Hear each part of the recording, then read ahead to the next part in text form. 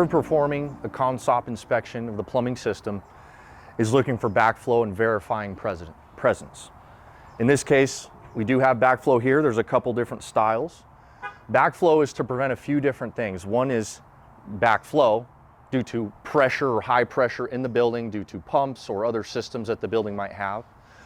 And the other type would be to prevent back siphonage. Back siphonage could be from a water main break, the fire department putting out a large fire, or even testing hydrants down the road. These are a requirement in our area, and they actually have a yearly inspection requirement that the municipality or the state would require to be performed as well. The ComSOP requires us to identify the presence of a backflow preventer on the property. And in this case, because we're in a temperate climate in the southern region of the US, it's actually located outside because we're not worried about freeze. This could be located in other areas of the building, and we would want to verify its presence and include that in our report. Although we're not required to inspect the condition of these systems, it's important to at least take a look. And in my case, if I see rust and damage and corrosion, I want to notify my client of that. I think it's important to put in our reports. So I'm going to go a little bit above the ComSOP in this case, take photos of this and include it in my report. I want to show you two different backflow prevention devices we found on this property and their condition. Talk a little bit about that condition. This one here, having some rust on the tamper-proof cage.